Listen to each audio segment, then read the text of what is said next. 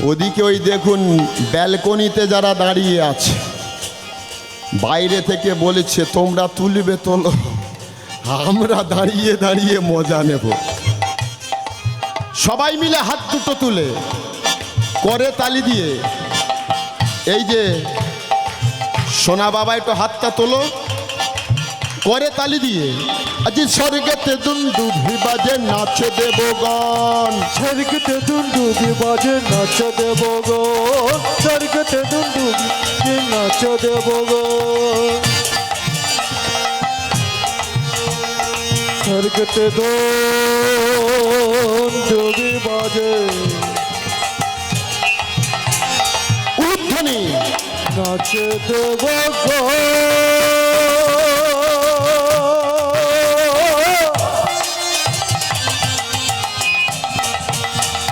স্বর্গতে দুন্দুভি বাজে নাচ দেবগণ, স্বর্গতে দুন্দুভি বাজে নাচ দেবগণ। আমার গৌরের উপরে করে পুষ্প বরিশানে, আমার গৌরের উপরে করে পুষ্প বরিশন, গৌরের উপরে করে পুষ্প বরিশন, গৌরের উপরে করে পুষ্প বরিশানে, আমার গৌরের উপরে করে পুষ্প বরিশন।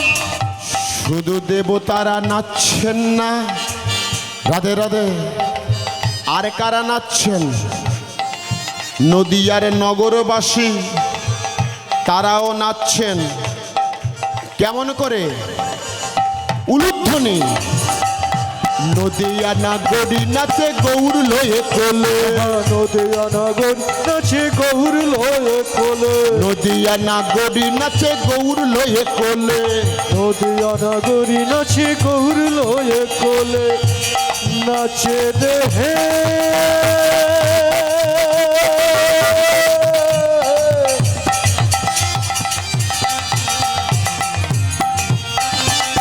হরি হরি বল। ও রামে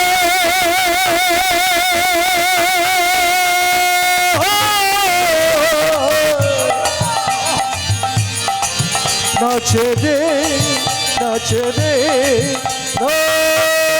নাচে রে, নদিয়া নাগরী নাচে গৌর লয়ে কোলে, নদিয়া নাগর নাচে গৌর লয়ে কোলে, বৃদ্ধ বৃদ্ধা নাচে সব হরি হরি বলে, আর বৃদ্ধা বুদ্ধা নাচে সবাই হরি হরি বলে, বুড়া বুড়ি নাচে সব হরি হরি বলে, বলে হরি বহ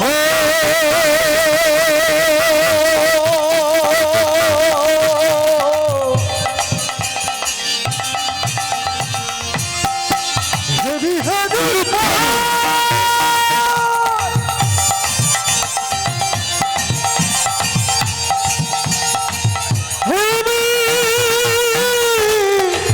হরি হরি বল।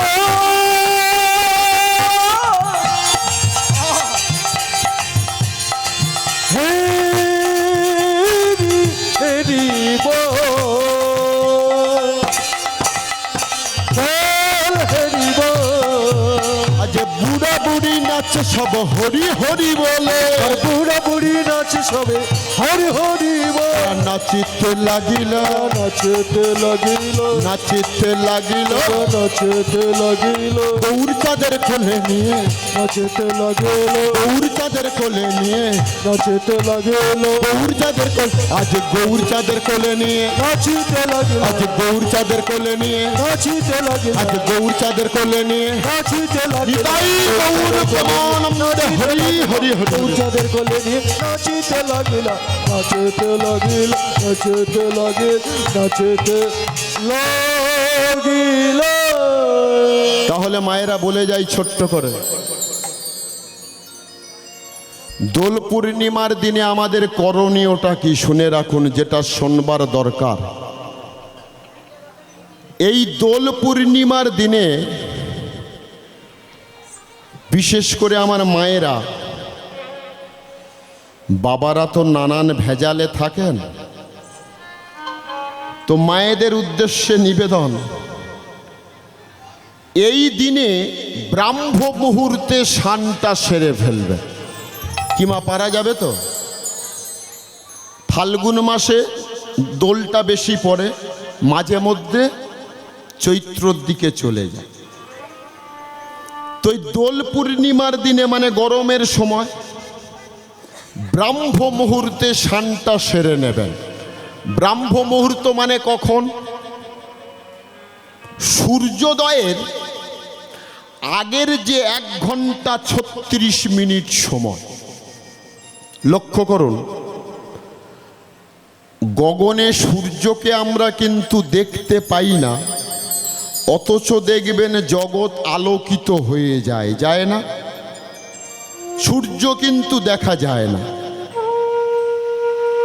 সময়টা কতক্ষণ? 2 মুহূর্ত। আমরা বলি না 1 মুহূর্ত না দেখে থাকতে পারি না। 1 মুহূর্ত মানে কত সময়?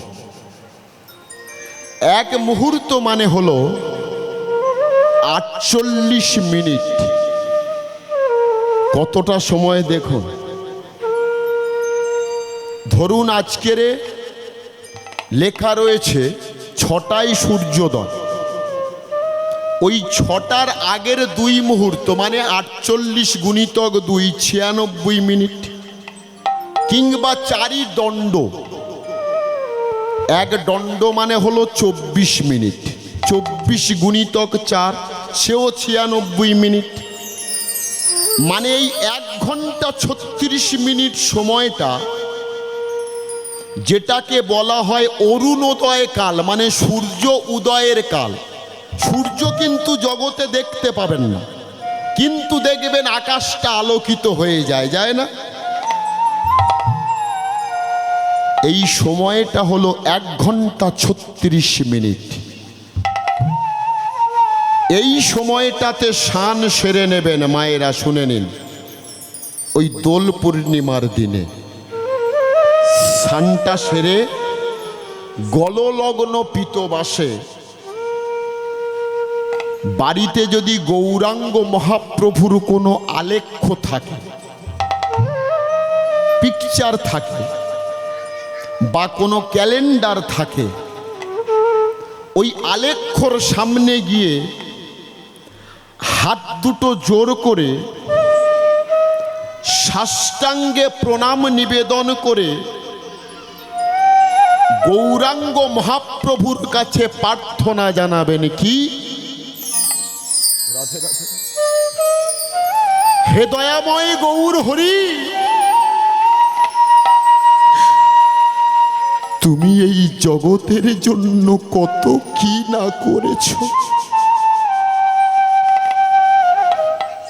তোমার সন্তান হারা সচী মাতাকে ত্যাগ করেছ, তোমার নববিবাহিত বধূ বিষ্ণুপ্রিয়াকে ত্যাগ করেছ, জগৎ জীবের দ্বারে দ্বারে নাম বিলিয়েছ। নাম বিলাতে গিয়ে তোমরা জগাই মাদায়ের হাতে প্রহিত হয়েছ, তবু তাদেরকে উদ্ধার করেছ, কৃপা করেছ। হে পতিত পাবন গৌর হরি, তুমি আমাকে কবে কৃপা করবে, আমাকে কবে করুণা করবে, আমাকে কবে উদ্ধার করবে? এই হলো দোল পূর্ণিমা তিথিতে তার কাছে প্রার্থনা জানানো উচিত। কিন্তু আমরা করি কি বা? পূর্ণিমা চলেছে, সায়েন্সে বলেছে, বিজ্ঞানে বলেছে গায়ের রক্তে রস হয়। এই সময় শুকনো খাবার খাও, বাতের রোগ ধরবে না, প্যারালাইসিস হবে না। দেখবেন যাদের কনকনানি ঝনঝনানি আছে, অমাবস্যা পূর্ণিমায় বাবা শুকনো খাবার খায় না, মুড়ি রুটি। কেন না? কনকনানি ঝনঝনানিটা কম হয়।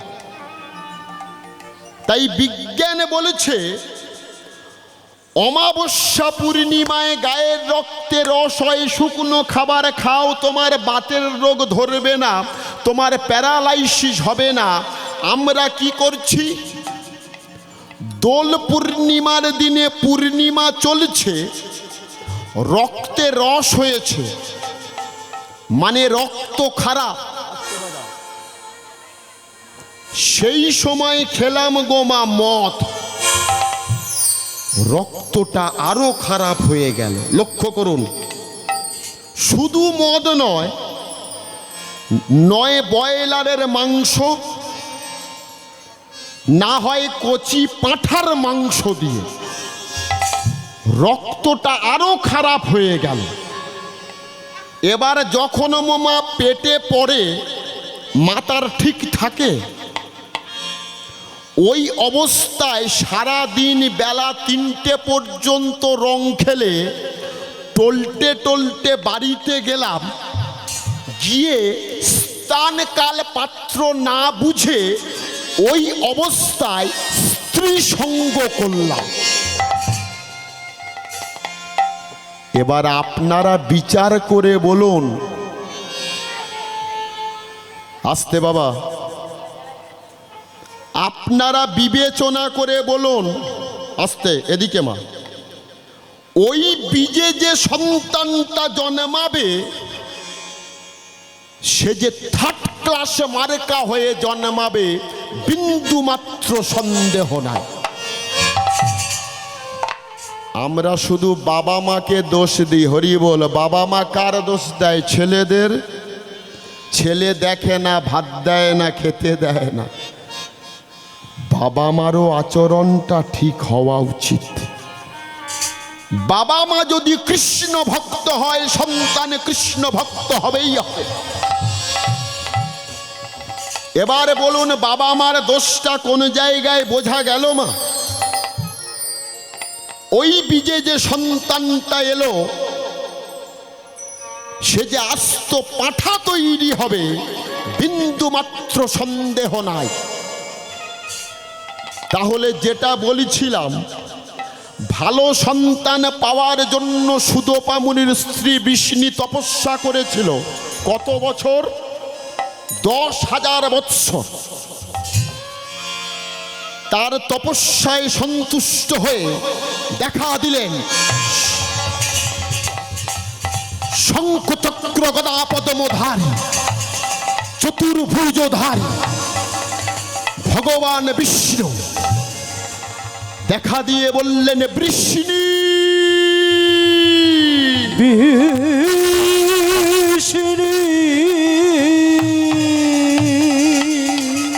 দয়াময়, তুমি এসেছো, বলো কি চাও? ভগবান বলছে, বলো কি চাও? বৃষ্ণি বলেছে, তুমি দিতে চাও? ভগবান বলেছে, হ্যাঁ, তুমি যা চাইবে আমি তোমাকে তাই দেব, বলো কি চাও? বৃষ্ণি বললেন, হে দয়াময়, দিতে যদি চাও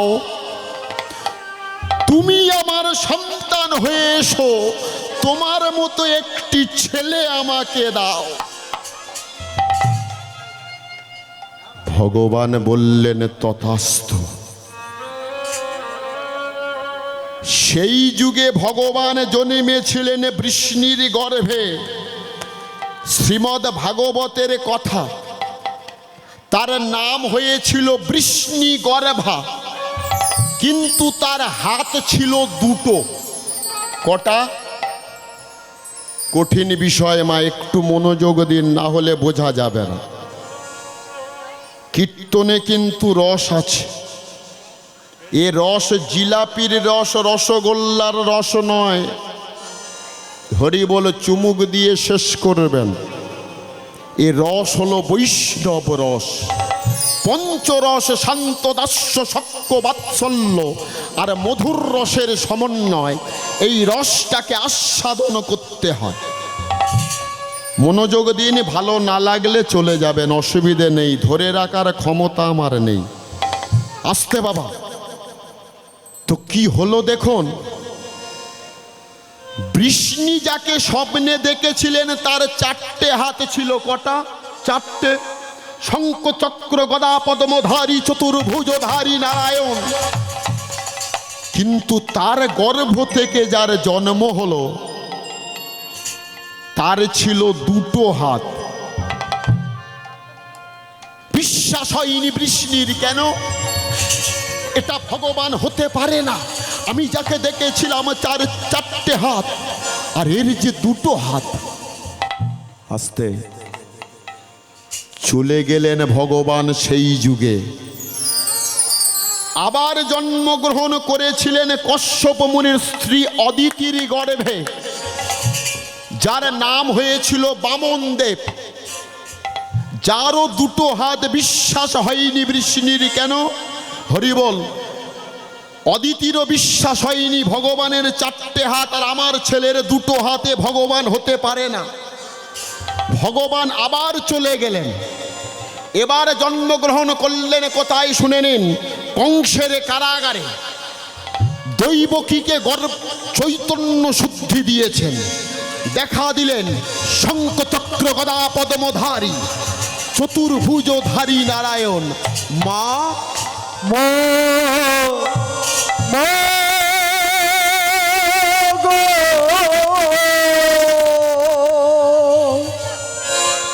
ভালো করে চেয়ে দেখো তো চিনতে পারো কিনা। শুনে নাও বাবা, তুলে ফেলো। যখন কৃষ্ণের কংসের কারাগারে জন্ম হয়েছিল শুনে নিন, তার হাত ছিল 4টে। কটা জানা আছে? আমরা শুধু ওপর জেনে যাই। কৃষ্ণের যখন জন্ম হয়েছিল 4টে হাত ছিল, পরে যমুনা দিয়ে যাবার কালে 2টো হাত নামিয়ে নিয়েছিল। আচ্ছা বলুন তো, কৃষ্ণের জন্ম হয়েছিল ঠিক এই ভাদ্র মাসের কৃষ্ণপক্ষের অষ্টমীতে, ভরা বর্ষা। রাত্রিবেলা কৃষ্ণকে নিয়ে পিতা বসুদেব কোথায় গিয়েছিল? নন্দ রাজার বাড়িতে, তাই তো? আচ্ছা, নন্দ রাজার বাড়িতে কেন গেল বাবা? আমার আপনাদের পূর্বপুরুষের বাড়ি তো যেতে পারত। শুনে নিন এখানে তত্ত্ব। না, রাজা নন্দ আর রাজা বসুদেবের একটা সম্পর্ক ছিল। কি সম্পর্ক? না, রাজা দেবমীরের 2 পত্নী ছিল। 2 পত্নীর গর্ভে 2টো সন্তান হয়েছিল।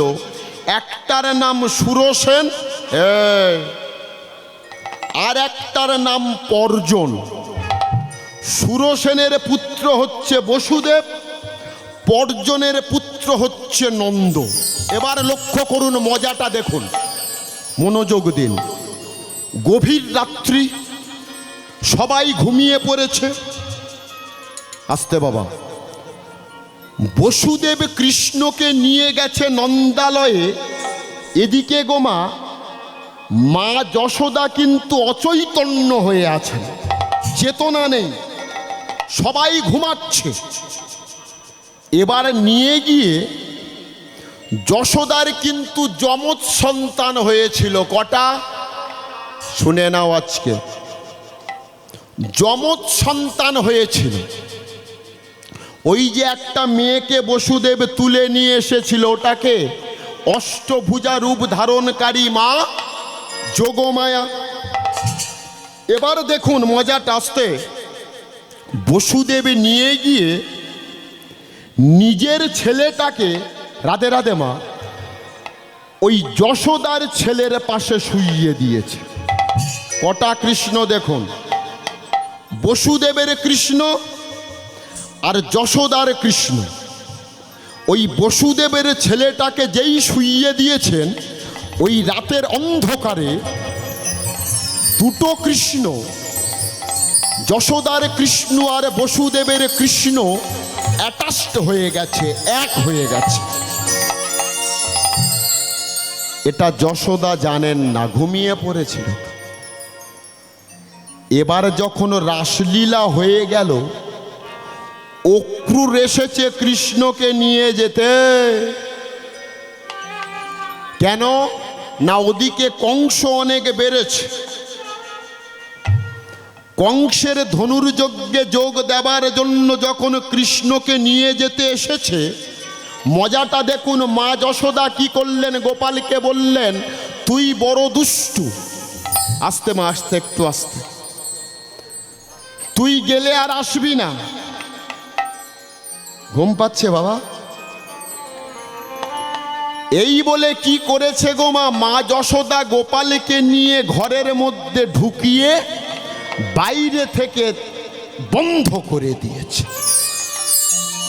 এবারে কি হলো দেখুন, ওই যে দুটো কৃষ্ণ এক হয়েছিল, স্বয়ং কৃষ্ণ মানে যশোদার কৃষ্ণটা বৃন্দাবনে বিলীন হয়ে গেল, আর তার অঙ্গ থেকে বসুদেবের কৃষ্ণটা বার হয়ে, অবতার কৃষ্ণটা বার হয়ে এসে ওই অক্রূর রথে চেপে কংসের ধনুর্যজ্ঞে যোগ দিতে গিয়েছে।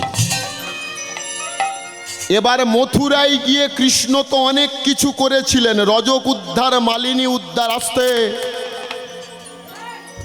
যখন ধনুর্যজ্ঞ হয়ে গেল, মা একটু শুনুন, কঠিন বিষয় ধরে যখন ফেলেছি ছোট করে বলে যাই। যখন ধনুর্যজ্ঞ শেষ হলো, কংস নিধন হলো, মথুরা রাজত্বভার কার হাতে দিয়েছিল? কৃষ্ণ মথুরা রাজত্বভার দিয়েছিল উগ্রসেনের হাতে। উগ্রসেনটাকে কংসের সমাজ জানে, কংসের বাবা উগ্রসেন। কিন্তু শুনে নিন আস্তে, কংসের আসল বাবাকে জানেন? উগ্রসেন তার সামাজিক পিতা, সমাজ জানে বাবা উগ্রসেন। কিন্তু আসল বাবা ছিল সৌভপতি, দৈত্যের ছেলে ছিল কংস। তার পিতার নাম ছিল দ্রুমিল, দয়রফলা হস্যৌ ময় হস্যইল। কোথায় লেখা আছে? যদি হরিবংশ বাড়িতে থাকে পড়ে দেখবেন। আর এই দৈত্যের ঔরসে জন্মেছে বলে এমন দৈত্য সুলভ আচরণ, সিংহাসনে বসে ওই পিতা উগ্রসেনকে কারাগারে নিক্ষেপ করেছিল। দেখেছেন, বাবা মা ভালো হলে সন্তান ভালো হবে। উগ্রসেন কিন্তু ভালো, ওটা তো ওর ছেলে নয়। ওই জন্যে সিংহাসনে বসে উগ্রসেনকে কারাগারে নিক্ষেপ করল। যেই কংসের মৃত্যু হলো, মথুরা রাজত্বভার কৃষ্ণ দিলেন কার উপরে? উগ্রসেনের হাতে। দিয়ে কৃষ্ণ দাদাকে সঙ্গে করে নিয়ে, এই যে দাদা চল বলে দাদাকে সঙ্গে নিয়ে শান্তিপুনি মুনির ঘরে চলে গেল শিক্ষা দীক্ষা অর্জন করতে।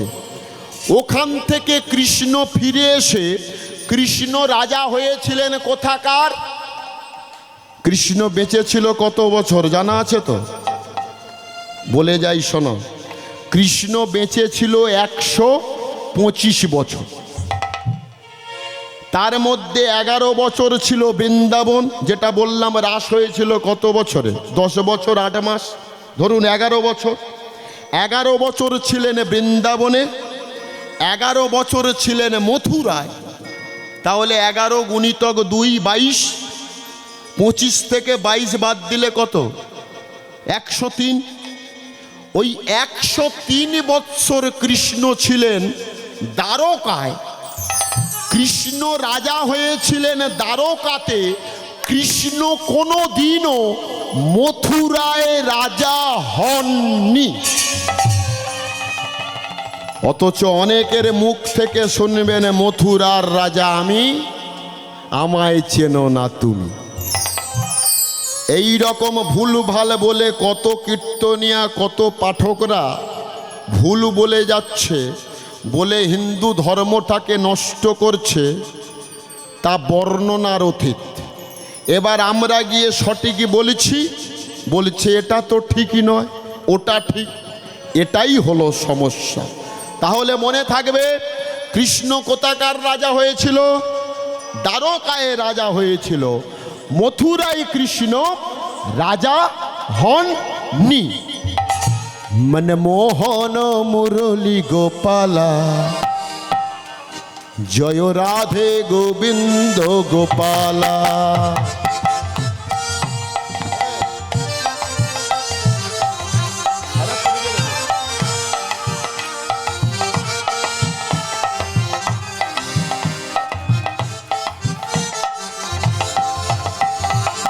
রাধে রাধে। আজকে যে লীলাটি আমরা আস্বাদন করব, হরি বল, রাধে রাধে। এই যে হরিবাসরের যিনি আয়োজন করেছেন, শ্রদ্ধেয় নবীন মণ্ডল মহাশয় এবং তার সঙ্গে তানার ঘরণী পুরোপুরিভাবে সহযোগিতা না করলে গোমা এত সুন্দর হরিবাসর হতো না। তো মহাশয়দের বাড়িতে সবাই জানেন কার্তিক মাসে কি হয়, হয়তো নাকি শোনেননি? কি মহাভারত পাঠ হয় না? তো আজকে যে লীলাটি আমি পরিবেশন করব, মহাভারত পাঠ হয়, আপনারা শুনেওছেন। মহাভারতের কাহিনী নিয়ে আমি গাইব, তবে মহাভারতে পাওয়া যাবে না। লীলার বিষয়বস্তু হল শকুনির সুমতি। আজকে যে লীলাটি আমি ছোট্ট করে তত্ত্ব সহযোগে পরিবেশন করব, লীলার বিষয়বস্তু হল শকুনির সুমতি। সবাই মিলে প্রেমসে মনমোহন মুরলী গোপালা, জয় রাধে গোবিন্দ গোপালা। মনমোহন মুরলী গোপালা, জয় রাধে গোবিন্দ গোপালা। রাধা রানী কি, কৃষ্ণচন্দ্র কি, বৃন্দাবন ধাম কি, এই হরি বাসর কি, সমস্ত ভক্ত বৃন্দ কি, করে তালি দিয়ে মনমোহন মনমোহন মুরলী গোপালা, জয় রাধে গোবিন্দ গোপালা। মনমোহন মনমোহন মুরলী গোপালা, জয় রাধে গোবিন্দ গোপালা। যমুনা যমুনা কিনারে কিনারে বাজাও বাঁশরি, তুমি বৃন্দাবনের বাঁকাশা। যমুনা কিনারে বাজাও বাঁশরি, তুমি বৃন্দাবনের বাঁকাশা। যমুনা কিনারে তুমি বাজাও বাঁশরি, তুমি বৃন্দাবনের বাঁকাশা। যমুনা কিনারে বাজাও বাঁশরি, তুমি বৃন্দাবনের বাঁকাশা। যমুনা কিনারে বাজাও বাঁশরি, তুমি বৃন্দাবনের বাঁকাশা। তুমি মা যশোদার ননী চোরা, ব্রজ গোপীর মনোহরা। যশোদার ননী চোরা, ব্রজ গোপীর মনোহরা। যশোদার ননী চোরা, ব্রজ গোপীর মনোহরা। যশোদার ননী চোরা, ব্রজ গোপীর মনোহরা। উলুধ্বনি কই, তুমি বৃন্দাবনের বাঁকাশ্যাম, তুমি ভক্তের ভগবান। হরিব মনমোহন মনমোহন মুরলী গোপালা, জয় রাধে গোবিন্দ গোপালা।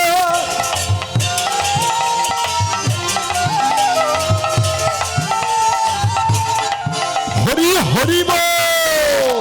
যমুনা কিনারে তুমি বাজাও বাঁশরি, তুমি বৃন্দাবনের বাঁকাশা। যমুনা কিনারে বাজাও বাঁশরি, তুমি বৃন্দাবনের বাতাসা। যমুনা কিনারে বাজাও বাঁশরি, তুমি বৃন্দাবনের বাতাসা। তুমি মা যশোদার ননী চোরা, ব্রজ গোপীর মনোহরা। যশোদার ননী চোরা, ব্রজ গোপীর মনোহরা। হরি বল। তুমি বৃন্দাবনের বাঁকাশ্যাম, তুমি ভক্তের ভগবান। মনমোহন মনমোহন মুরলী গোপাল, জয় রাধে গোবিন্দ গোপাল। মনমোহন মনমোহন মুরলী গোপালা, জয় রাধে গোবিন্দ গোপালা। মনমোহন মুরলী গোপাল, জয় রাধে গোবিন্দ গোপাল। মনমোহন মনমোহন মুরলী গোপালা, জয় রাধে গোবিন্দ গোপালা। মনমোহন মুরলী গোপাল, নিতাই গৌর প্রেমানন্দ হরি হরি বল। গোপাল। মনমোহন মুরলী গোপাল, জয় রাধে গোবিন্দ গোপাল, জয় রাধে গোবিন্দ গোপাল। নিতাই গৌর হরি হরি হরি। গোপাল